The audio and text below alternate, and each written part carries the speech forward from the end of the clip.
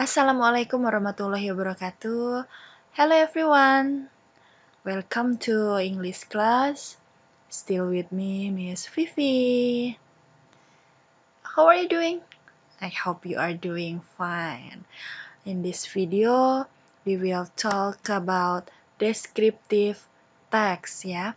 Kita akan bahas tentang apa itu descriptive text, bagaimana generic structure-nya, ya, dan bagaimana cara membuat dari descriptive text tersebut. Ya. Awalnya ya kita akan bahas dulu apa sih descriptive text, ya, atau the definition of descriptive text.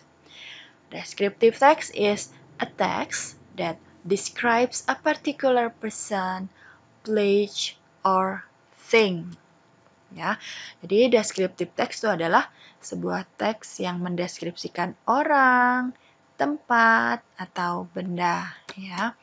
The purpose of descriptive text atau tujuan dari teks deskriptif ini adalah to describe a characteristic, a person, place, or things in details. Ya. Jadi untuk menggambarkan karakteristik dari orang, tempat, atau benda secara detail. Nah, sekarang generic structure atau susunan yang digunakan dalam descriptive text itu yang pertama itu adalah identification atau identifikasi, ya.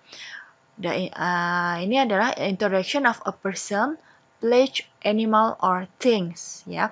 Perkenalan tentang orang, tempat, hewan, atau benda. Jadi, kalau kita mau buat descriptive text itu kita harus mengenalkan dulu. Misalnya kita menjelaskan tentang orang, kita mengenalkan dulu tentang orang tersebut, atau tentang tempat, atau hewan, atau benda, ya. Baru setelah kita memperkenalkannya, baru kita buat description-nya atau deskripsinya, ya. Itu description of something by describing its feature, form, colors, or anything, ya. Itu ya. Gambaran tentang orang, tempat, atau hewan secara rinci, baik itu bentuknya, warnanya, sifatnya, ataupun segala sesuatu yang berhubungan. Ini lebih rinci lagi ya. Lanjut, ini Miss berikan contoh dari descriptive text tentang benda ya. Yang akan dideskripsikan sini adalah Borobudur Temple atau Candi Borobudur ya. Di sini awalnya itu adalah identification dulu, nggak langsung disebutkan karakteristiknya dari Borobudur Temple itu yang seperti apa nih, identification atau pengenalannya dulu sini. Contohnya, Borobudur is a Buddhist temple. Borobudur adalah candi Buddha. It was built in the 9th century under Sailendra dynasty of ancient Mataram Kingdom. Ya, Candi Borobudur ini dibangun di abad ke-9 di bawah dinasti Kerajaan Mataram Purba. Ya. Borobudur is located in Magelang, Central Java, Indonesia. Lokasi dari Borobudur ini ada di Magelang, di Jawa Tengah, Indonesia. Nah, selanjutnya baru kita jelaskan tentang karakteristik dari Borobudur itu sendiri. Misalnya di sini jelaskan Borobudur is a well-known all over the world. Borobudur itu terkenal di seluruh dunia. Its construction is influenced by the Gupta architecture of India. Ya, konstruksinya dipengaruhi oleh arsitektur Gupta dari India. Dan selanjutnya ini menjelaskan tentang karakteristik dari atau ciri-ciri dari Borobudur Temple ya. Untuk berikutnya tadi kan descriptive text bisa menjelaskan tentang tempat, benda, ya, hewan atau orang. Nah, yang contoh yang kedua nih Miss akan menggambarkan tentang hewan lucu ini. Ada yang tahu ini apa? Okay, good. This is a cat.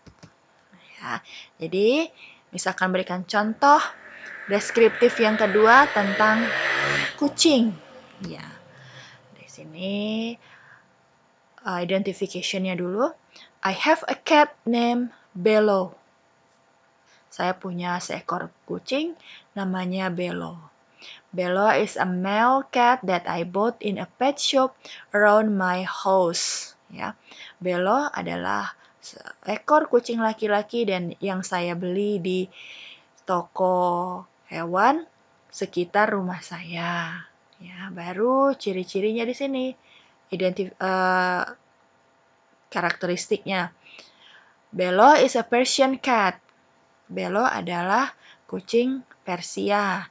The fur is gray and white. She looks very cute and adorable. Bulunya abu-abu dan putih. Dia terlihat sangat manis dan mengagumkan.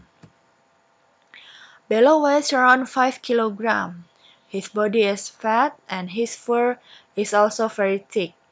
Bello was very fond of sleeping, and when he woke up, he would immediately look for food in the food fridge that had been provided before. Bello beratnya sekitar 5 kg, badannya gendut, bulunya sangat tebal. Bello juga suka tidur, ya, dan ketika dia bangun, biasanya dia langsung mencari makanan di tempat makanan yang biasanya tersedia. Oke, itu adalah contoh descriptive text yang kedua, ya. Baiklah, demikian penjelasan Miss tentang descriptive text. Ya, semoga penjelasan Miss bisa berguna untuk pembelajaran kalian. Bye-bye. Wassalamualaikum warahmatullahi wabarakatuh.